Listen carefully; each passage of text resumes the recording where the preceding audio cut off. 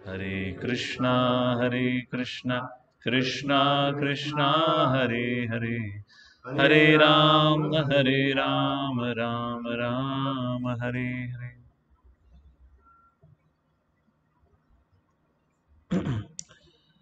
ओम नमो भगवते वासुदेवाय। ओम नमो भगवते वासुदेवाय। ओम नमो भगवते वासुदेवाय। ओम नमो भगवते वासुदेवाय। ओम नमो भगवते वासुदेवाय। ओम नमो भगवते वासुदेवाय। नारायणं नमस्कृत्य नरं चैव नरोत्तमं देवीं सरस्वतीं व्यासं ततो जयमुदीरयेत्। नष्टप्रायेषु भद्रेषु नित्यं भागवत सेवया भगवती उत्तमा श्लोके भक्तिर्भवति नैष्ठकी। कृष्णाय वासुदेवाय देवकीनन्दनाय च नन्दगोपकुमाराय गोविन्दाय नमो नमः। Hare Krishna. So welcome you all. आप सभी का स्वागत करते हैं आज इस प्रातःकालीन कक्षा के लिए। इसका आवाज बंद नहीं हो सकता करके? Right now we can mute it, we don't need this sound. Hare Krishna. तो आप सभी का स्वागत करते हैं आज प्रातःकालीन श्रीमद् भागवतम की क्लास में। हम श्रीमद् भागवतम के पहले स्कंद और अब 11th चैप्टर। It's interesting. इसमें 19 अध्याय हैं। मुझे लगा जैसे भी हाल ही में स्टार्ट करा हो, आधे चैप्टर हो भी गए। अगर इस स्पीड से चलते रहे तो आपकी गौर पूर्णिमा तक आपके 6 घंटे हो जाएंगे और अगली जन्माष्टमी तक 12 घंटे, उसकी अगली गौर पूर्णिमा तक आदि चैतन्य चरितमृत, और अगली जन्माष्टमी तक पूरी Chaitanya Charitamrita. Then you will be called Bhakti Vaibhav, you know, you will be pandits. Of course अगर मैं टेस्ट लेना शुरू कर दूंगा तो फिर वो 3-3, 6-6 महीने के संग डिले होना शुरू हो जाएगा। You know, if you put test, but when we start in English we'll have tests for all of you for that purpose. All right. Text number 11, oh sorry, chapter number 11. तो यहाँ पे अब चर्चा आती है। भगवान श्री कृष्ण हस्तिनापुर से सभी से मिलकर अब जा चुके हैं। हमने उसका वर्णन कल करा था कि अब भगवान श्री कृष्ण हस्तिनापुर से द्वारका के लिए निकल चुके हैं और अब 11वें चैप्टर में, अध्याय में भगवान श्री कृष्ण द्वारका पहुंचे, उसका वर्णन किया गया है कि कैसे भगवान श्री कृष्ण का अभिनंदन स्वागत किया गया, कैसे you know, particularly most of the chapter is about the guest reception. Of course is not an ordinary guest reception, यहाँ पे भगवान की बात की हुई है। सो दैट्स द आइडिया, भगवान को कैसे लोगों ने रिसीव किया। और इसमें कुछ बड़े ही अद्भुत पर्पट हैं, बहुत खूबसूरत पर्पट हैं, वो भी पढ़ेंगे हम थोड़ा। So we might take 2 classes. आज इस चैप्टर को श्लोक संख्या 24 तक आज इसका वर्णन करेंगे और श्लोक संख्या 24 से 39 श्लोक तक कल इस पे आगे डिस्कशन करेंगे। So let's start our discussion with chapter 11, text number 1। सूतवाचा, टुगेदर प्लीज। अनर्थान् स उपव्रज्य स्वर्धान् जनपदान् स्वकान् ददमौदरवरं तेषां विषादं शमयन्निव। तो यहाँ पे सूत गोस्वामी बताते हैं कि भगवान श्री कृष्ण द्वारका के द्वार तक पहुँच चुके हैं और अब वहाँ पे उन्होंने अपना कॉन्च निकाल कर, ही ब्लू हिज कॉन्च, उसका वर्णन किया गया है। विषादम समयन व विषादम मीन्स जो बहुत दुखी हो चुके थे जिन भगवान के भक्त, क्योंकि द्वारका से इतने समय के लिए गए हुए हैं। तो भगवान श्री कृष्ण ने द्वारका नगरी में एंट्री करने से पहले, प्रवर्तन करने से पहले, भगवान श्री कृष्ण ने अपना शंख बजाया, उसका वर्णन किया गया है। तो आगे विस्तार करें जरा, एक बार थोड़ा भगवान श्री कृष्ण जीवन के किस समय पर हैं उसका थोड़ा वर्णन कर लेते हैं। इतना विस्तार से ना ही भागवतम ना ही महाभारत में वर्णन नहीं किया गया कि भगवान ने किस किस एज पे क्या क्या किया है। बट भागवतम से और महाभारत दोनों से ही पता चलता है कि भगवान श्री कृष्ण इस दुनिया में 125 साल के लिए थे। उन्होंने 125 साल के लिए लीला रची। श्रीमद् भागवतम में भी वर्णन आता है, महाभारत में भी वर्णन आता है कि युधिष्ठिर महाराज का रूल कितने साल के लिए था? 36 सालों के लिए। 125 में से आप 36 माइनस करते हैं तो कितना होता है? 89। तो मतलब 89, जब भगवान श्री कृष्ण 89 ईयर्स के थे तो तब क्या हुआ था? कुरुक्षेत्र का युद्ध। क्योंकि युद्ध के बाद ही तो राजा बने युधिष्ठिर महाराज, और ये युद्ध के बाद भगवान श्री कृष्ण अब द्वारका वापस पहुंचे हैं। तो ये तकरीबन कब की बात है? जब भगवान 89 या 90 ईयर्स की एज के थे। थोड़ा और रिवर्स में जाते हैं, 89 और 90। ओके, पांडव कितने सालों के लिए वन में रहे? पांडव 13, हाँ 13 13 सालों के लिए वन में रहे। आप एक और चीज, 89 ईयर्स के थे भगवान, तो ये नहीं कि उसी समय युद्ध हुआ। युद्ध होने से पहले तकरीबन 5-6 महीने का समय बताया जाता है, और युद्ध समाप्त होने के बाद भी भगवान श्री कृष्ण कम से कम 5-6 महीने के लिए हस्तिनापुर में रुके थे। तो करीबन 1 साल की बात हो गई, तो करीबन 88। तो समझिए 88 ईयर्स के लेकर 89 के बीच में भगवान श्री कृष्ण या कहते हैं युद्ध हुआ होगा, और भगवान श्री कृष्ण की उतनी एज होगी। अब 88 में से आप 13 साल माइनस करते हैं तो कितना बनता है? 75, राइट? ओके, बिना कैलकुलेटर के आप लोग कैलकुलेट करो तो थोड़ा तो समय लगेगा ही। सबको कैलकुलेटर की बुरी आदत पड़ गई है। तो 75 ईयर्स, तो 75 साल की उम्र में क्या लीला हुआ था? पांडवों के वन में जाने से पहले क्या हुआ था? राजसूय यज्ञ, correct, that's the time only. राजसूय यज्ञ से कैसे, या राजसूय यज्ञ, क्योंकि राजसूय यज्ञ के बाद ही गैमलिंग मैच हुआ था। ऑफ कोर्स गैमलिंग मैच और राजसूय यज्ञ में ज्यादा अंतर नहीं था। तो भगवान श्री कृष्ण करीबन 75 या 74 साल के होने चाहिए जब आपका राजसूय यज्ञ हुआ था, क्योंकि भगवान श्री कृष्ण उस समय दोबारा इंद्रप्रस्थ आए थे। और तब राजसूय यज्ञ होने के बाद तब भगवान श्री कृष्ण वृंदावन गए थे। और जब भगवान श्री कृष्ण वृंदावन अब दूसरी बार गए थे, और ये आखिरी बार गए थे, और जब भगवान श्री कृष्ण करीबन 75 साल की उम्र के थे तब वृंदावन गए, तब वृंदावन से जितने भी भक्त थे सबको वापस गोलोक वृंदावन भेज दिया था। तो यशोदा, नंद महाराज, नंद सुनंद उपनंद इत्यादि सब गोपीज, जब भगवान श्री कृष्ण 75 साल के थे तब भगवान के जितने भक्त थे वृंदावन में जितने भी जो अवतरित हुए थे भगवान के पार्षद, उनकी लीला वहां पर समाप्त हो जाती है इस प्रकार। सो ये, और 11 साल की उम्र में भगवान श्री कृष्ण वृंदावन को छोड़ के मथुरा पहुंचे थे, 10.5 से 11 साल की उम्र के बीच में। अब 11 साल से लेकर 75 साल के बीच में 2 महत्वपूर्ण चीजें हुई हैं। बहुत सारी लीलाएं हुई हैं, तो 2 महत्वपूर्ण चीज क्या है? भगवान श्री कृष्ण मथुरा जाने के बाद गए गुरुकुल, संदीपनी मुनि आश्रम, जहां पे उन्होंने 2 महीने के अंदर अपनी शिक्षा पूरी प्राप्त करी थी। 64 विद्याएं होती हैं, 64 दिन के अंदर 64 विद्याएं पूरी करी थी। तो मान के चलो 2 महीने से लेकर 70 दिन। अब ये क्लियर नहीं है, इसके लिए जीव गोस्वामी के संदर्भ को थोड़ा विस्तार से पढ़ना पड़ेगा, या उनकी कमेंट्रीज को भागवतम के ऊपर। It's a pending task for me to do it, कि कितने समय के लिए भगवान मथुरा में रहे। क्योंकि बाकी जो लीला शुरू होती हैं वो द्वारका में जाके शुरू होती है। क्योंकि अब जब भगवान संदीपनी मुनि से आश्रम से वापस आए तो तब क्या हुआ? केवल युद्ध ही हुआ है जरासंध के संग। और कितनी बार युद्ध हुआ है? 17। 17 बार युद्ध हुआ है, और हर युद्ध में जरासंध बहुत बड़ी बड़ी विशाल सेना लेकर आया है। अब ये फैक्ट्री में तो सेना पैदा नहीं हो रही, ये कोई टॉयज तो है नहीं, तुमने यहाँ से रॉ मटेरियल डाला, वहां से तुम्हें लाखों की संख्या में टॉयज मिल गए। अब इतनी जनसंख्या में सेना आ रही है, तो इट मीन्स कम से कम भगवान श्री कृष्ण मथुरा के अंदर भी 15-20 साल रहे होंगे, है ना?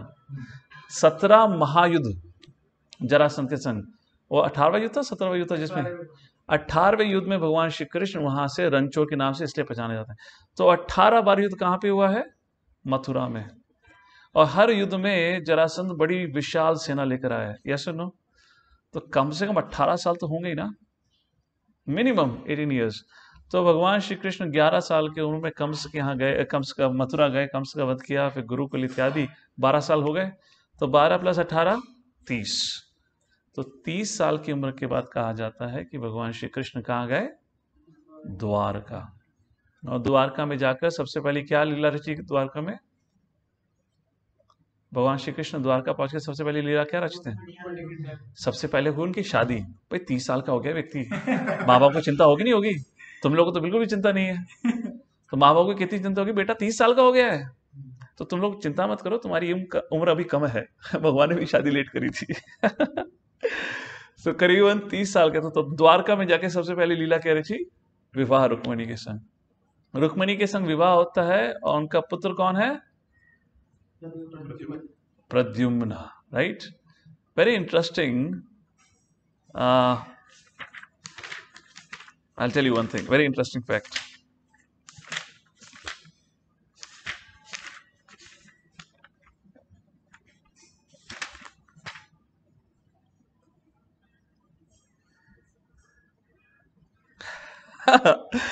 Somebody is noting down these calculations that I'm doing. You should do it. You'll get a complete genealogy in one sense. Not a genealogy, but historical fact. Now, भगवान श्री कृष्ण रुक्मिणी, भगवान के अपनी हर पत्नी के संग कितने पुत्र थे? 10 पुत्र। और कितनी पुत्रियां? एक पुत्री। तो कृष्ण रुक्मिणी के 10 पुत्र थे, उसमें सबसे सर्वश्रेष्ठ थे प्रद्युम्न। वो अब श्रीमद् भागवत 10 के संग में लीला का चर्चा कर चुके हैं, उसमें नहीं जाएंगे। साथ ही साथ उनके एक पुत्र का नाम था चारुदेशना। चारुदेशना, हाँ चारुदेशना। अब ये चारुदेशना, जब द्रौपदी का स्वयंवर हुआ था तो चारुदेशना द्रौपदी के स्वयंवर में था। अब जरा अपना दिमाग घुमा, घुमा नहीं हुआ? आई एम नॉट सेइंग पोपा दैट्स इट।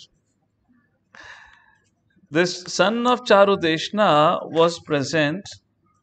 हाँ, no, it is not mentioned that he was a teenager or something. So let's focus on the calculation. Now, Charudeshna, which could be means भगवान की शादी को 2-3 साल हुए होंगे। अब of course I am doing a human calculation. एक व्यक्ति, एक माँ साल में एक ही बच्चा, child can born, assuming that calculation we are saying. So Pradyumna का Charudeshna, suppose he is a second number, तो भगवान कम से कम 31-32 साल के होंगे उस एज में। तो तब भगवान द्वारका से, इतना तो है कि द्वारका से गए थे द्रौपदी के स्वयंवर में, इतना तो पता है। मथुरा में नहीं थे, कृष्ण बलराम वहां पहुंचे थे। तो कहा जाता है युधिष्ठिर महाराज कम से कम 16 से 20 साल भगवान श्री कृष्ण से एज में बड़े थे। तो युधिष्ठिर महाराज का पहला विवाह किस एज में हुआ? Looks like 40 साल की as or something. I mean, of course, there could be some other wives of Yudhishthira, I don't know. Mahabharata में भी इसका ज्यादा विस्तार नहीं है। एटलीस्ट क्यों? क्योंकि यहाँ तो दुर्योधन की पत्नी का भी नाम नहीं दे रखा महाभारत में। कैरेक्टर्स का इंट्रोडक्शन दिया गया उनकी आवश्यकता के अनुसार। जैसे दुर्योधन की कौन पत्नी था, कुछ मतलब नहीं है, कुछ महाभारत में एक बार भी उसका नाम नहीं लिया गया। सिमिलरली कर्ण की, तो of course they will have a wife. So I am just saying this point. So यहाँ पर भगवान श्री कृष्ण, तो मतलब क्या है, पांडवों के संग, अगर पांडवों का देखेंगे 30 साल, भगवान 30 से 31 साल के हैं जब भगवान कहते हैं द्रौपदी के स्वयंवर में पहुंचे। और दूसरी चीज, इंटरेस्टिंग चीज, भगवान मथुरा में थे जब उन्होंने अक्रूर को भेजा था हस्तिनापुर धृतराज को ये बोलने के लिए कि युधिष्ठिर महाराज को प्रिंस घोषित करो। और उसके बाद युधिष्ठिर महाराज को प्रिंस घोषित किया गया था। जब प्रिंस घोषित किया गया था, उसी के बाद लक्षग्रह का इंसिडेंट हुआ था। लक्षग्रह का इंसिडेंट होने के बाद पांडवों को वन में जाना पड़ा था। और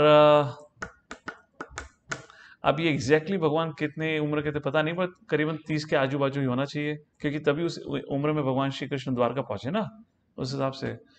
सो वो जो वनवास का काल था पांडवों का, उसका समय नहीं पता है, तो करीबन 1-2 साल तो होना चाहिए कि उन्होंने वन में ट्रैवल करा। Anyways, I love this subject matter, तो सडनली मैं इस पर चर्चा कर रहा हूँ। I really want to know किस किस साल में क्या क्या हुआ, भगवान ने क्या करा। सो बड़ा बात देखेंगे, द्वारका लीला 30 साल की उम्र से भगवान की शुरू हुई। लेकर 75 साल भगवान जब थे तो वृंदावन लीला समाप्त हुई। भगवान श्री कृष्ण अपना वृंदावन जो लीला थी उसको लुप्त कर दिया उस प्रकार से। और जितने भी अब द्वारका में जितने भी राक्षसों या जितने भी जैसे शिशुपाल का ऑफकोर्स जो सब वर्णन आता है वो द्वारका लीला में उसका वर्णन आता है करके। फाइन, आजकल हम भागवतम में द्वारका लीला का वर्णन कर रहे हैं ना, इतने समय से 10वें स्कंद से। Okay, that's a little background. यहाँ पे भगवान श्री कृष्ण द्वारका में वापस आए हैं। तो अभी जो वर्णन है ये भगवान तकरीबन 1 साल के लिए द्वारका से दूर रहे हैं, हस्तिनापुर में या पांडवों के संग रहे हैं, वापस आए हैं, जिसमें महाभारत का युद्ध भी हो चुका है। तो वर्णन आता है कि कैसे सभी भक्त, सभी देशवासी या द्वारकावासी भगवान को देखने के लिए इत्यादि बहुत उत्सुक हैं। और जैसे ही भगवान ने शंख बजाया, उनके निराशाजनक जीवन, निराशाजनक मतलब नॉट मेटेरियली मोरल्स, भगवान के विप्रलंबा भाव कहते हैं ना, भगवान के सेपरेशन में, तो इस कारण वो इतने निराश थे, वो अब निराश कहते हैं खत्म हो गया, that moroseness has got over. Text number 2, यहाँ पे सूत गोस्वामी वर्णन करते हैं बहुत ही खूबसूरत चीज। कहते हैं जैसे ही भगवान श्री कृष्ण ने अपना ये सफेद शंख को अपने होठों से लगाया तो शंख लाल हो गया। भाई ये तो तभी पॉसिबल है जब व्यक्ति ने लिपस्टिक लगाई हो, हाँ या ना? तुम लिपस्टिक लगाते हो, कुछ छूते हो तो लिपस्टिक का कलर आता है। अब ये क्या मतलब है? सूत गोस्वामी कह रहे हैं कि भगवान श्री कृष्ण ने, और टेक्स्ट 2 में कहा गया है, और बहुत खूबसूरत एनालॉजी देते हैं। कहते हैं ऐसा लगा जैसे भगवान श्री कृष्ण ने अपने शंख को हाथ में लेकर अपने होठों से लगा के जैसे ही शंख को बजाया, शंख लाल हो गया, जैसे कि वाइट स्वान लाल कलर के लोटस की स्टेम्स में जब खेलता है। तो ये हमें समझाने का प्रयत्न कर रहे हैं, क्योंकि हमें स्वान भी देखा है, हमने लोटस भी देखा है, तो उस प्रकार से भगवान की स्थिति को समझ सकें। जैसे एक वाइट स्वान लोटस में अटक कर लोटस में खेलता है, वाइट रेड कलर का लोटस, उसी प्रकार से जो शंख और भगवान के लाल जो लिप्स थे, होठ थे, उनका जब संपर्क हुआ उस प्रकार का लगा, तो शंख लाल हो जाता है। तो उसका मतलब क्या है? श्रील प्रभुपाद तात्पर्य में बताते हैं, भगवान Shri Krishna is absolute, he is spiritual. और शंख क्या है? I mean of course lord शंख is not dead matter, is a personality in that sense, but शंख represents inert matter।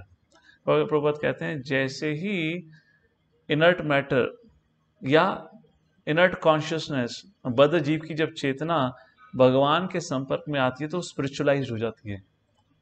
उसी प्रकार यहाँ पे सूत गोस्वामी बताने का प्रयत्न कर रहे हैं कि कैसे वो शंख स्पिरिचुअलाइज्ड हो गया भगवान के संपर्क में आने से। उसी प्रकार जब मनुष्य की चेतना भगवान में लगती है, उस समय व्यक्ति की चेतना स्पिरिचुअलाइज होना शुरू हो जाती है। जैसे हम भोग लगाते हैं भगवान को, खाना क्या है? मैटर ही तो है, जमीन का उपजा हुआ अन्न है, उसको लगा के भगवान को देते हैं और फिर हम कहते हैं प्रसाद बन गया। प्रसाद का मतलब क्या है? वो स्पिरिचुअलाइज हो गया है। अब उस अन्न में कोई भी फॉल्ट नहीं रहा है, कोई भी पाप नहीं रहा है, अब वो अन्न शुद्ध हो चुका है, and that's the reason it is called as prasadam. उस चीज का वर्णन किया गया यहाँ पे। टेक्स्ट नंबर 3, जब भक्तों ने, जब द्वारका वासियों ने भगवान की शंख की आवाज सुनी तो क्या किया? उसका वर्णन आता है टेक्स्ट 3 में। तम उपश्रुत्य निनदम जगत भयावहम प्रत्युदयो प्रजा सर्वा भ्रत दर्शन लालसा। दर्शन की लालसा बनाए रखे हुए थे इतने समय से। जैसे ही उपश्रुत्या, जैसे ही सुना, क्या सुना? निनदम, शंख की ध्वनि को सुना, वो समझ गए भगवान श्री कृष्ण आ चुके हैं।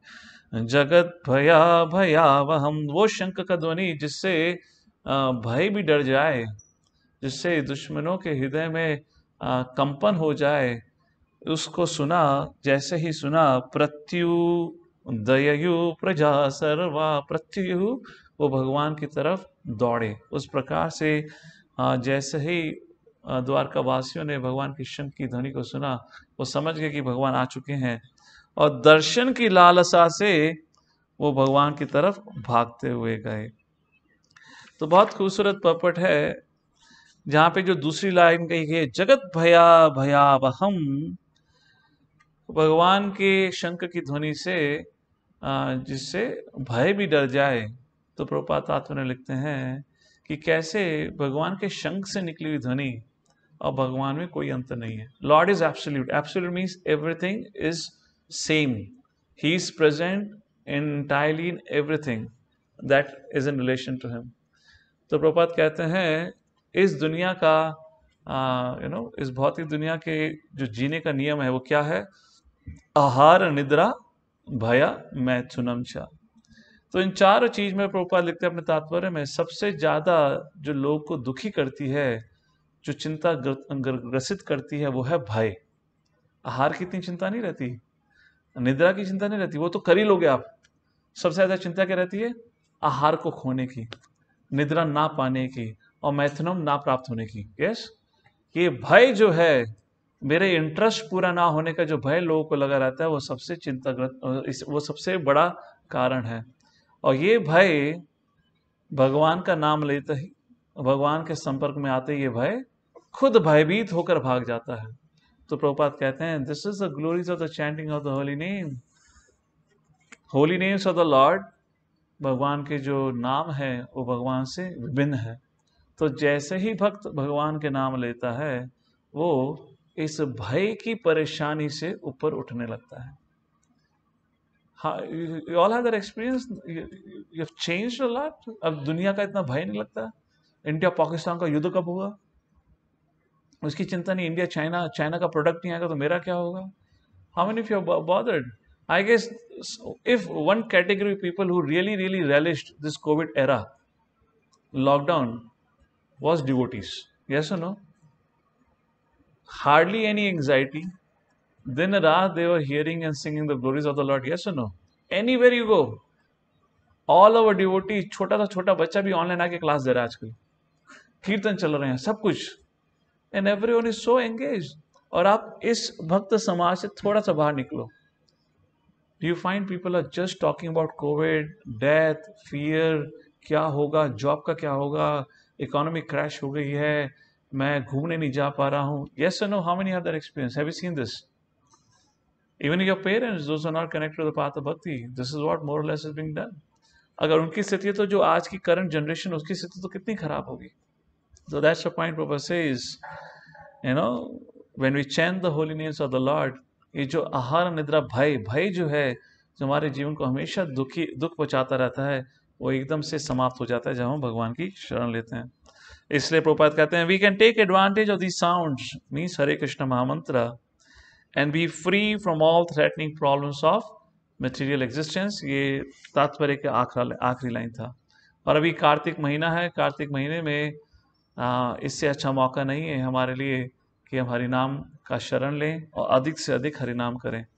Because it is said, whoever chants the holy names of the Lord or does any spiritual activity इस कार्तिक महीने में, उसको 1000 गुना अधिक लाभ प्राप्त होता है। टेक्स्ट नंबर 4 और 5। तो अब जब लोग, ये भक्त, ये द्वारकावासी भगवान को देखने के लिए दर्शन लालसा से भगवान की तरफ दौड़ते हुए गए, तो क्या किया उसका वर्णन आता है। तत्रोपनीता बलयो रवेर्दीपं विवाद्रतः आत्मारामं पूर्णकामं निजालाभेन नित्यदा प्रति उत्फुल्लमुखा प्रोच्योर्हर्ष गदगदया गिरा पितरं सर्वसुहृदं अवितारं विवार्भकाः। Very interesting. किसी को पता नहीं था भगवान आए हैं। एटलीस्ट यहाँ से पढ़कर तो ये लग रहा है ना, भगवान ने पांच बजाया, शंख बजाया। जनरली ऐसा नहीं होता। Traditionally what will happen is, in fact according to Mahabharata what will happen is, when lord Shri Krishna decided to leave, so Yudhishthira Maharaj had already sent a messenger to Dwarka. Yudhishthira Maharaj ने ऑलरेडी द्वारका में मैसेंजर भेज दिया था द्वारका वासियों को तैयार रहने के लिए, भगवान आ रहे हैं। और इस स्थिति में भी जब भगवान द्वारका पहुंचे, ट्रेडिशनली क्या होता था, पहले मैसेंजर अंदर जाता था कि भाई राजा आ रहे हैं, सतर्क रहिए, be ready. So in other words we can understand कि सब लोग एक्सपेक्टेड कर रहे थे कि भगवान श्री कृष्ण आने वाले हैं। तो जैसे ही शंख बजा, अब ये नहीं पता कब आएंगे, और जैसे ही शंख बजा तो लोग को समझ आ गया भगवान आ चुके हैं। तो सब के सब लोग भगवान से मिलने के लिए भागते हैं। तो कैसे भागते हैं? खाली हाथ भागते हैं? नहीं, सब अपने हाथ में तोहफा लेकर भागते हैं। It's very interesting thing. हाँ, एक वैदिक संस्कृति के हम कल भी बात कर रहे थे। How many of you remember those days while growing up? आपने अपने माँ बाप को देखा कि दिवाली जब होती थी तो दिवाली के समय हर कोई रिलेटिव आपके घर आता होगा और आप भी हर किसी रिलेटिव के घर पे जाकर उनको मिठाई या तोहफा देकर आते थे, हाँ या ना? यस और no? How much it happens today? Akashvani, can I hear anyone? What they say? Do you all agree? Yes or no? At least type on the chat box because I can only speak to the audience sitting in front of me. मुझे नहीं पता. Yeah, we can unmute now. अब तो वो sound नहीं आएगी. Think about it. And I remember while I as a child, I used to wonder ये क्या है ये? वो हमें मिठाई लाते हैं. वो मिठाई लाए, मिठाई वाला A.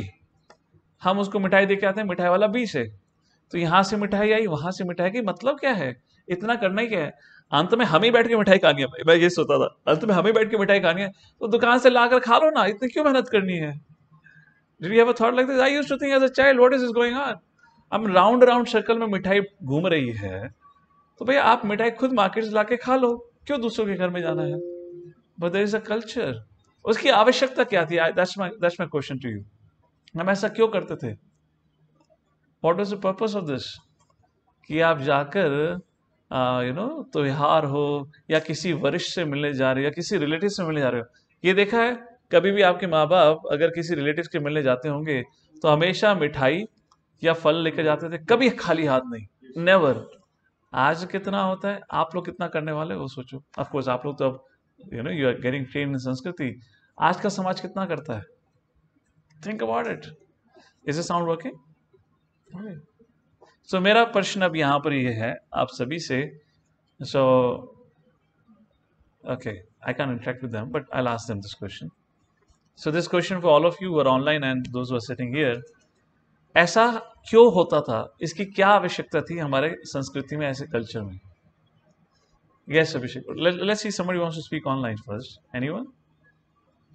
Okay, go ahead. So they can unmute themselves and speak up. Okay, Abhishek. Huh? To build relation. Can they hear you also? So you have to tell me so I can repeat. Yeah.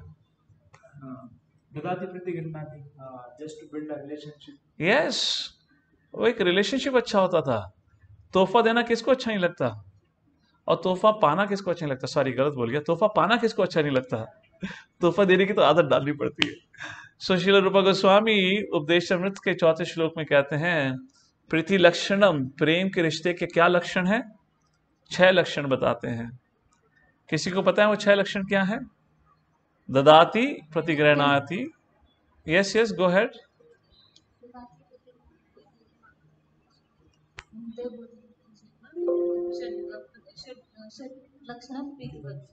षड प्रीति लक्षणम। It's hardly audible. Is the volume is increased there on the speaker?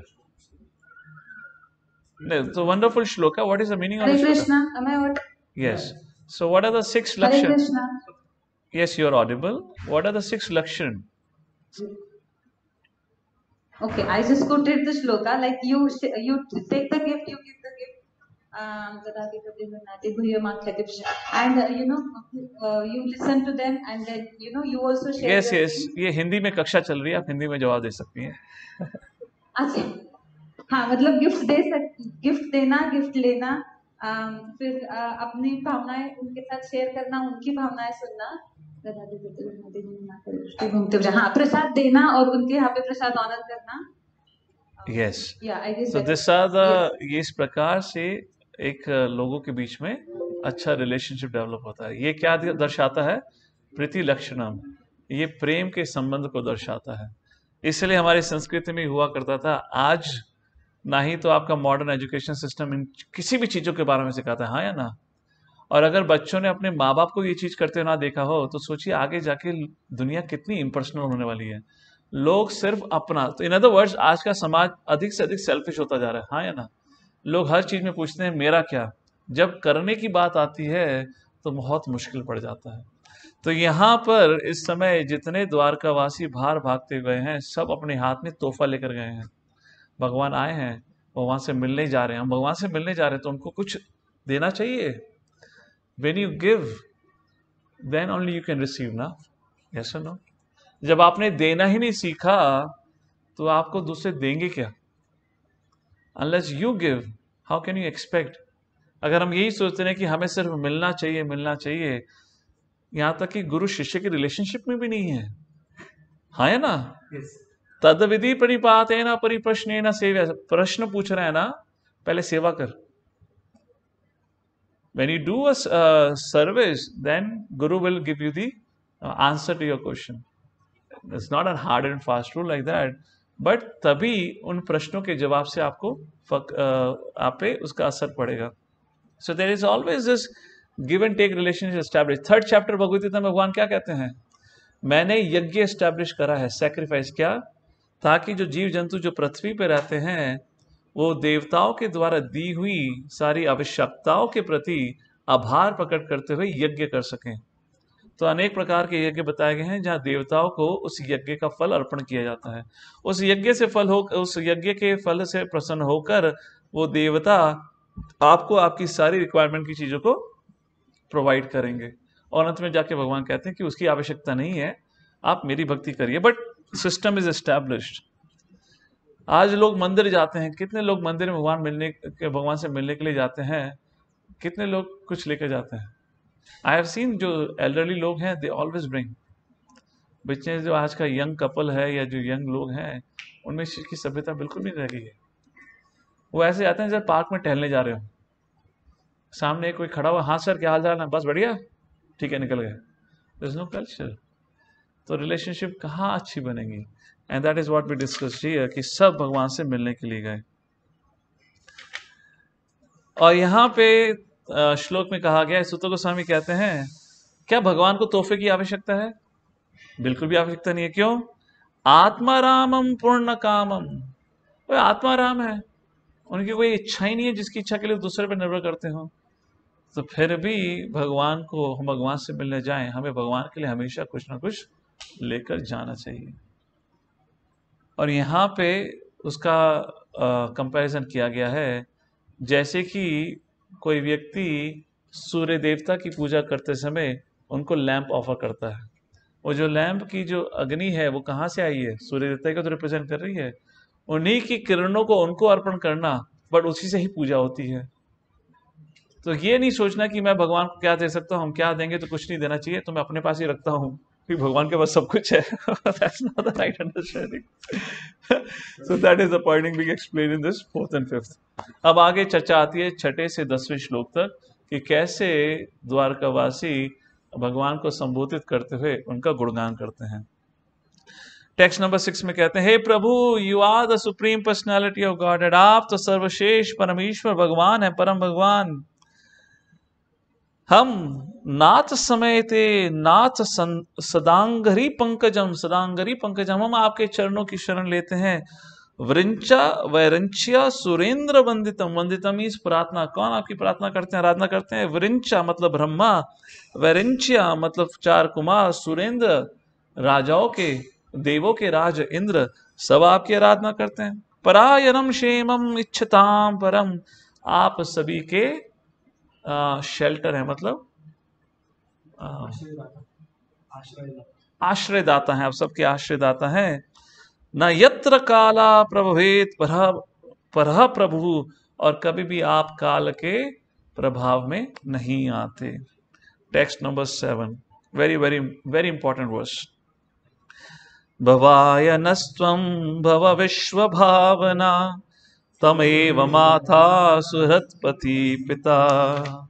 त्वं सद्गुरुर्ना परमं च दैवतं, यस्यानुवृत्त्या कृतिनो बभूविमा. Very beautiful verse. भवाय नस्त्वं भव विश्व भावना. भवाया का मतलब होता है कल्याण. विश्व भावना, यू आर द क्रिएटर. आप जो भी करते हैं सबके कल्याण का हेतु काम करते हैं. तुमेव, आप हमारे क्या हैं? माता, सुहृत वेल विशर, फ्रेंड, पति हस्बैंड, पिता फादर, आप ही हमारे माता हैं, आप ही हमारे पिता हैं, आप ही हमारे दोस्त हैं, आप ही हमारे सब कुछ हैं।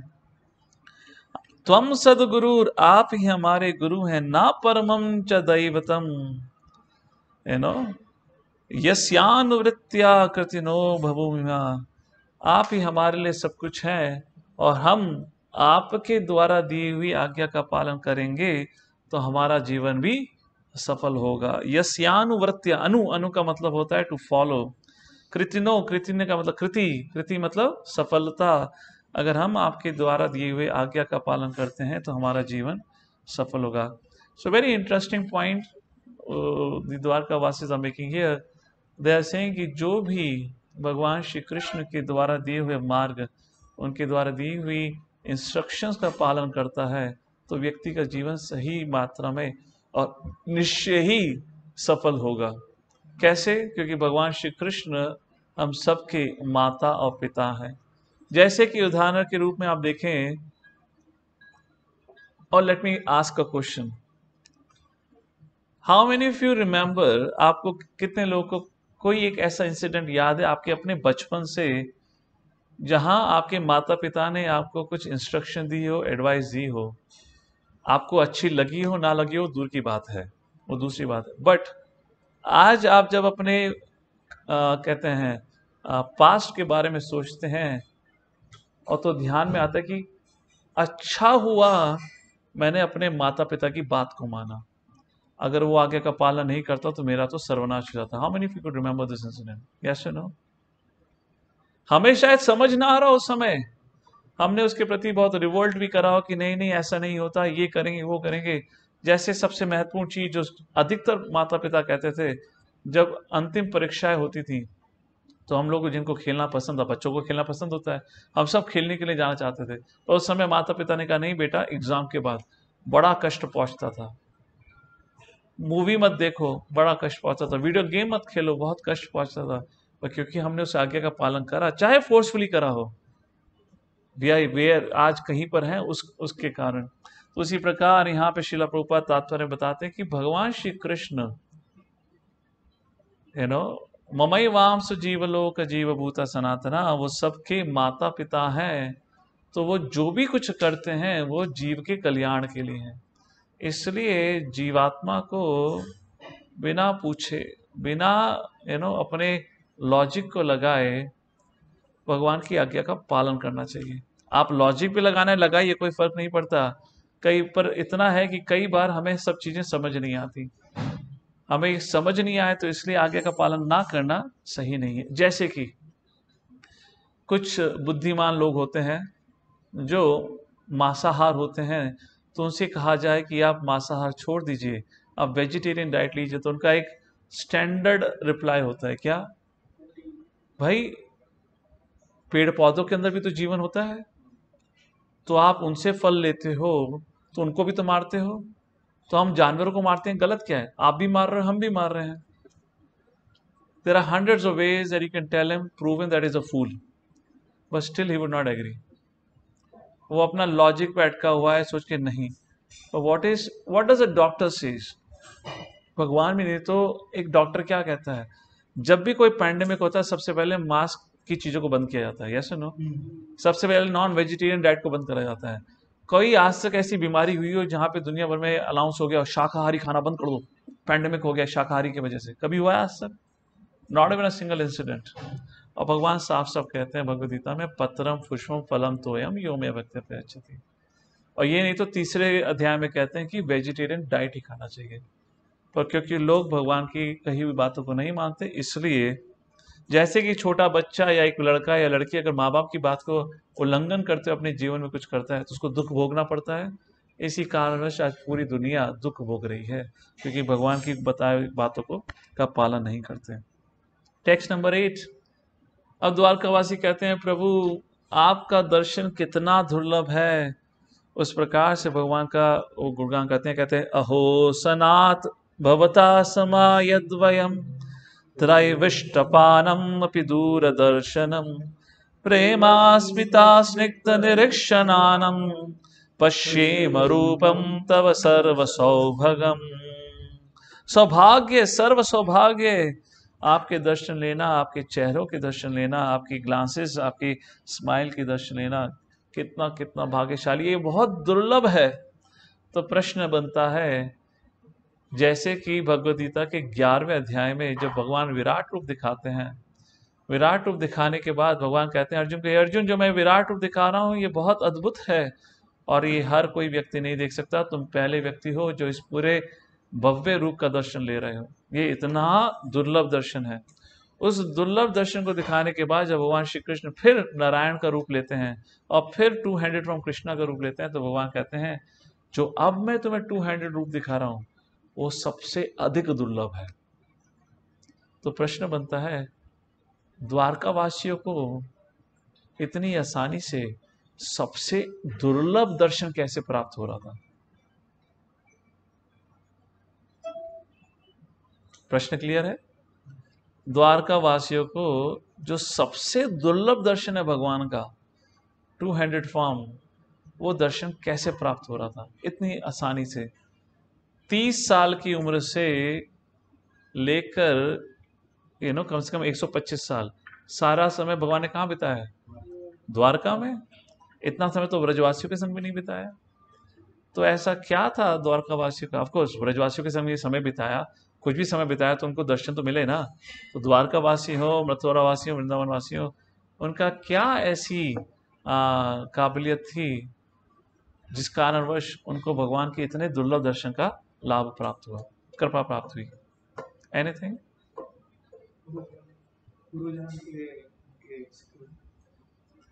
पूर्व जन्म के क्या है? सुकृति। You should study Bhagavad Gita again, you should enroll in Bhagavad Gita program again, okay?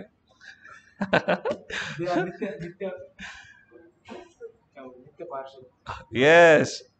अरे तुम्हारे कर्म थोड़ी ना भगवान के दर्शन दिलवाएंगे, तुम्हारे कर्म भगवान के दर्शन दिलवाएंगे तो कर्म भगवान से बड़ा हो गया ना। वो they are eternal associates of the lord, that's only reason. Arjun क्या है? भगवान का नित्य पार्षद है ना, तभी तो द्वारकावासी, मथुरावासी, वृंदावनवासी सब भगवान के नित्य पार्षद है। इसलिए भगवान के दर्शन भगवान के रूप में, दुर्योधन ने भी दर्शन लिया पर भगवान के रूप में नहीं लिया, वो मनुष्य के रूप में लिया, पर द्वारकावासियों को भगवान के रूप में दर्शन हो रहा है। क्यों? क्योंकि वो सब भगवान के नित्य पार्षद। दैट वाज वो मैं आसान प्रश्न पूछा ये देखने के लिए आप लोग कितना जाग रहे हैं। थोड़ा मुश्किल क्वेश्चन बाद में पूछता हूँ। All right. यहां तक कि इतना दुर्लभ है, भगवान प्रभुपाद तात्पर्य में लिखते हैं कि ब्रह्मा, शिव इत्यादि को भी दर्शन नहीं होता। जब इस दुनिया में परेशानी होती है तो सब कहाँ जाते हैं? श्वेत द्वीप के तट पे जाकर क्षीरोदक्षय विष्णु की आराधना करते हैं। तो क्षीरोदक्षय विष्णु के सामने उपस्थित भी नहीं होते, वो लाउड स्पीकर पर अनाउंसमेंट कर देते हैं, मैं आ रहा हूँ, जल्द आऊंगा। मतलब लाउड स्पीकर अनाउंसमेंट क्या कि आपको व्यक्ति दिखाई नहीं दे रहा, दूर आवाज सुनाई दे रही है, उस प्रकार केवल आकाशवाणी होती है।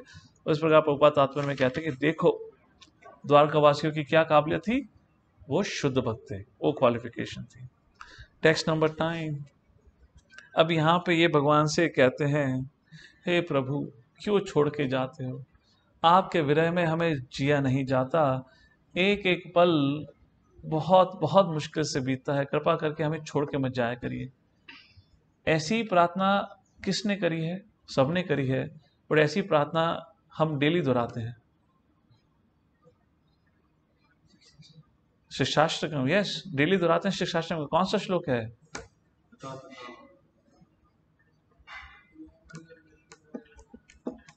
Anyone from the online forum?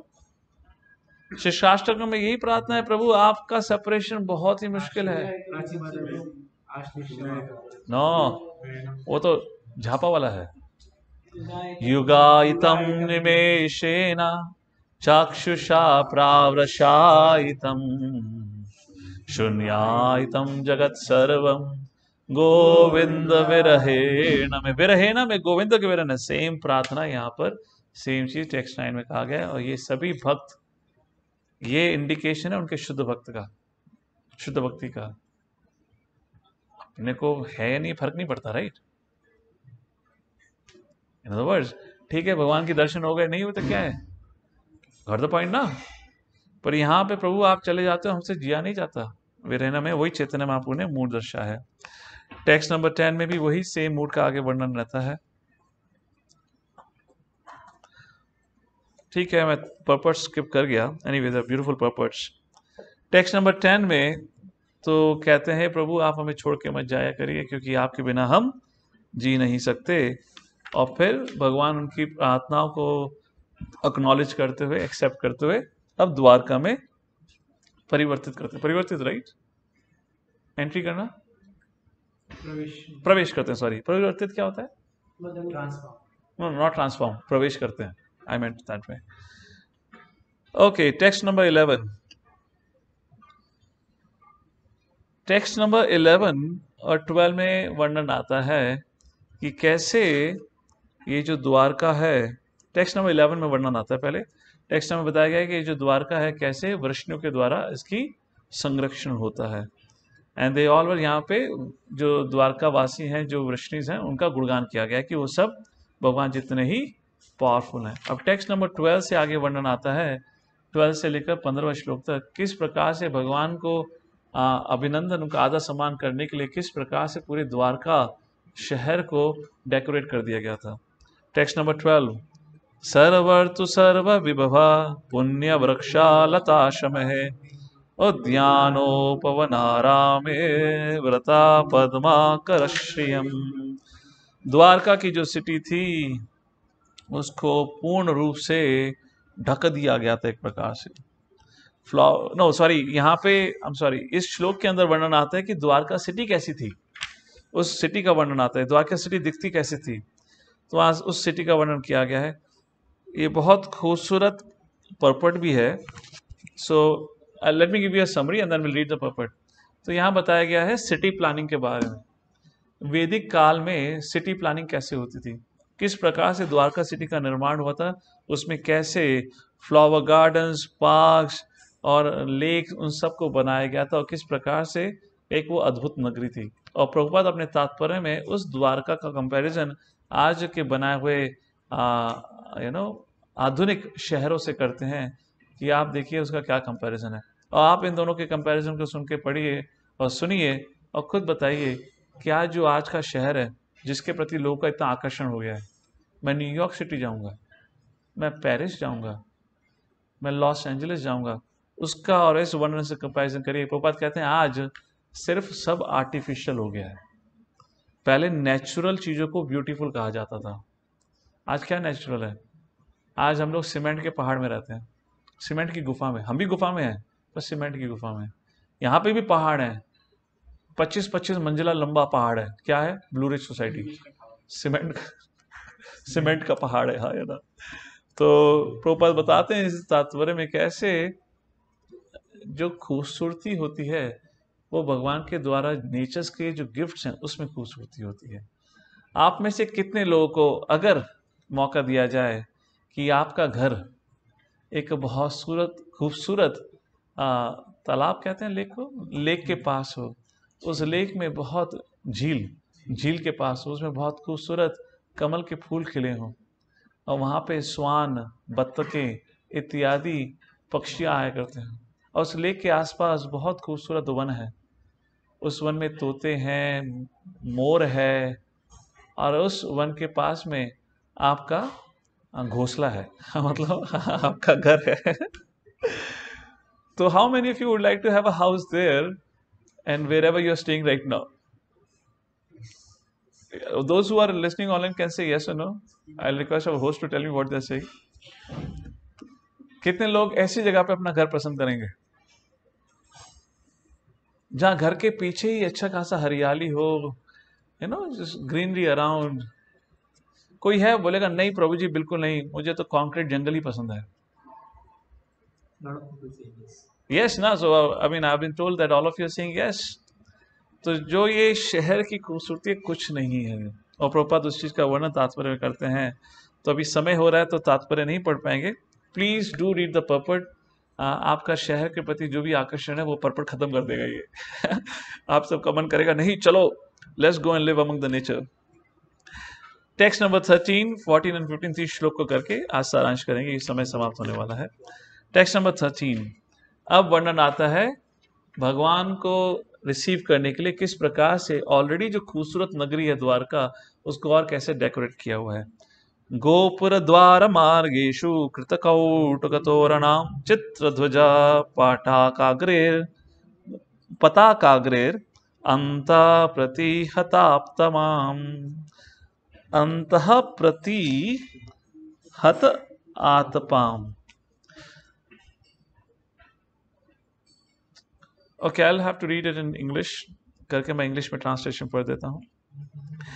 The city gateway, house hold doors, जितने भी आर्चेस थे सबको बहुत खूबसूरत तरीके से डेकोरेट किया गया. कैसे डेकोरेट किया गया? Trees, mango leaves, flags, garlands and painted signs and slogans were written everywhere. आप लोग को याद होगा पहले कब दिवाली या होली हुआ करती थी तो लोग घर के बाहर रंगोली बनाया करते थे, यू नो, ऑल्टर पे आप फ्रेश फ्रूट्स या फ्लावर्स के गार्लैंड्स बनाया करते थे. अभी क्या है? अभी चाइनीज माल आता है, नकली फूलों की माला, नकली फूलों की गार्लैंड. पहले लोग घर को जब दिवाली हुआ करती तो घी का दिया जलाया करते थे. कलयुग बढ़ता हुआ, घी महंगा हो गया तो तेल के दिए जलने लगे. कलयुग और बढ़ा, एडवांसमेंट और बढ़ी तो दिए जलने ही बंद हो गए, प्लास्टिक की लाइट लगती है. हाय ना, I mean is this advancement? Ask yourself, ये प्रगति है या हमारा पतन हो रहा है? और प्रभुपाद तात्पर्य में लिखते हैं टेक्स्ट नंबर 13 में, signs of decoration in special festivals were also collected from the gifts of nature. Mango trees, coconut palms, plantain trees are still accepted as auspicious signs. तो इन अदर वर्ड्स जो नेचर के gifts हैं अगर उसको हम use करते तो हमारे मन को भी शांति मिलती, उससे सत्व गुण बढ़ता और उससे खूबसूरती बढ़ती. टेक्स्ट नंबर 14 बताया जाता है कि कैसे द्वारका नगरी, पूरी द्वारका नगरी को धो दिया गया था पानी में, सारी सड़कें साफ करी गईं. समार्जित महामार्गा रथ्यापनक चतवराम सिक्तांगंद जले रूपतां फला पुष्पाशतांकुरे. हाईवेज, आज की संस्कृति में हाईवे नहीं है भाई, आज के काल में, उस समय भी हाईवे थे. अब ये 8 लेन हाईवे थे, 10 लेन हाईवे वो तो पता नहीं, बट हाईवे लिखा हुआ है. सबवेज भी थे, सड़कें थी, मार्केट थी, लोगों को मिलने के लिए पब्लिक मीटिंग प्लेसेस थे, सब कुछ साफ किया गया और सबको सेंटेड पानी से धोया गया. And to welcome the lord, फल, फूल एंड अनब्रोकन सीड्स को हर जगह फेंका गया. मैं जब ये पढ़ रहा था तो मैं सोच रहा था यार ये कब मैंने कभी अपनी संस्कृति में देखा है अपने काल में. तो मुझे याद आया जब मैं बचपन में हम अपने रिलेटिव्स की फैमिली शादी अटेंड करना जाते थे, तो इफ आई रिमेम्बर करेक्टली, जब लड़का और लड़की की शादी हो जाती थी और जब दुल्हा दुल्हन घर की तरफ बढ़ते थे तो आगे या उनके पीछे रिश्तेदार उनके ऊपर सीड्स फेंकते थे. याद है? नॉर्थ में देखे, यू नो, उनके ऊपर ये ऑस्पिश. How many of you remember seeing this? North में होता था ना, आगे चलते थे और पीछे शायद, उल्टा फेंकते रहो, आगे जाना। भाई की शादी में हाँ, तो मतलब दूल्हा दुल्हन पीछे हैं और घर वाले आगे हैं और उनके ऊपर ये इस प्रकार का होता था. उनके ऊपर होता था या उनके पीछे होता था? हाँ, गाड़ी से जा रहे तो गाड़ी में मतलब क्या है, जिस रास्ते पे वो चल के आ रहे उनके ऊपर नहीं फेंकते थे. ले तेरी, वैसा नहीं था. उनके ऊपर नहीं, जिस रास्ते पे वो चल के आ रहे हैं उसको इस प्रकार से डेकोरेट किया जाता था. बताशे, चावल जैसे अनब्रोकन सीड्स. जस्ट बिकॉज हम ये करते थे उससे साफ होता है कि ये काल्पनिक कथा नहीं है, क्योंकि 5000 साल का वर्णन है पहले का, उसमें भी बताया हुआ होता था. ये कैसे कह सकते हैं ये सारी काल्पनिक कथा है? क्योंकि 5000 साल के बाद भी हम कर रहे हैं, इसका मतलब ये सारी मनगढ़ंत कहानियां नहीं हो सकती, वरना क्यों करेगा व्यक्ति. तो प्रभात उसके बारे में बताते हैं. 15वां श्लोक आज का आखिरी. द्वारि द्वारि ग्रहणाम च ददयक्षता फलेक्षुभि अलंकृतां पूर्ण कुंभे बलभे धूप दीपकै. तो सभी लोगों ने अपने घर पे भगवान को वेलकम करने के लिए, उनकी पूजा आराधना करने के लिए पूरी सामग्री तैयार रखी हुई थी. क्या क्या था? द्वारि द्वारि ग्रहणाम, हर घर घर पे, यू नो, ददयक्षतः, दही, फल मीन्स फ्रूट, इक्षुभी शुगर केन, अलंकृताम मतलब डेकोरेट करा हुआ था, पूर्ण कुंभी फुल वाटर पॉट्स, बलिभी आर्टिकल्स ऑफ वर्शिप, धूप मतलब इंसेंस, दीपक मतलब लैम्प्स एंड कैंडल, उन सबको उठा के रखा हुआ था. प्रभुपाद तात्पर्य में लिखते हैं, The reception was not made simply by decorating the roads and streets, but also भगवान को वेलकम करने के लिए सारी सामग्री उठा के रखी थी, जब भगवान उनके घर के बाहर से निकलेंगे हम उनकी आरती कर सकें। आपने जगन्नाथ रथ यात्रा में देखा है? आपको अपने जीवन काल में वैसे तो एक्सपीरियंस ना हो, पर जब जगन्नाथ जी की यात्रा निकलती है, आपने पुणे में भी देखा होगा, जब यात्रा निकलती है तो लोग घर से बाहर आके भगवान की पूजा करते हैं। यस, उसी चीज का वर्णन किया गया है, कैसे सब सामग्री त्याग करके भगवान को का अभिनंदन, भगवान का स्वागत किया गया इस प्रकार से। और अब इतना फल फूल से भगवान की पूजा की गई है, तो उसका, और यही नहीं केवल फल फूल हुआ करते थे, अनेक अनेक पकवान बना के लोगों ने तैयार रखा हुआ था, और जैसे जैसे भगवान वहां से निकल रहे थे वो भगवान को ऑफर कर रहे थे। और ऑफर करने के बाद क्या, वो प्रसादम बन गया। तो प्रसादम बनने के बाद वो समाज में डिस्ट्रीब्यूट हो रहा था। तो प्रभुपाद तात्पर्य की आखिरी लाइन में लिखते हैं, कोई भी अच्छा काम संपूर्ण नहीं हो सकता बिना प्रसादम के वितरण से।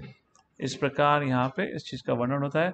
और कल हम आगे वर्णन करेंगे कि जैसे ही भगवान द्वारका में प्रवेश करते हैं, अब जो वहां पे उग्रसेन है, बलराम जी हैं, प्रद्युम्न इत्यादि, जब उनको पता चला कि भगवान नगरी में प्रवेश कर गए हैं, तो उन्होंने क्या किया, भगवान श्री कृष्ण की रानियों ने कैसे अभिनंदन किया, भगवान श्री कृष्ण के माता पिता वसुदेव देवकी ने कैसे अभिनंदन किया, स्वागत किया भगवान का, उसका वर्णन हम कल उस आगे करेंगे अपने इस चैप्टर के आगे वर्णन में। तो इसी के साथ आज के हम इस कक्षा को यहीं पे विराम देते हैं। जगतगुरु श्रील प्रभुपाद की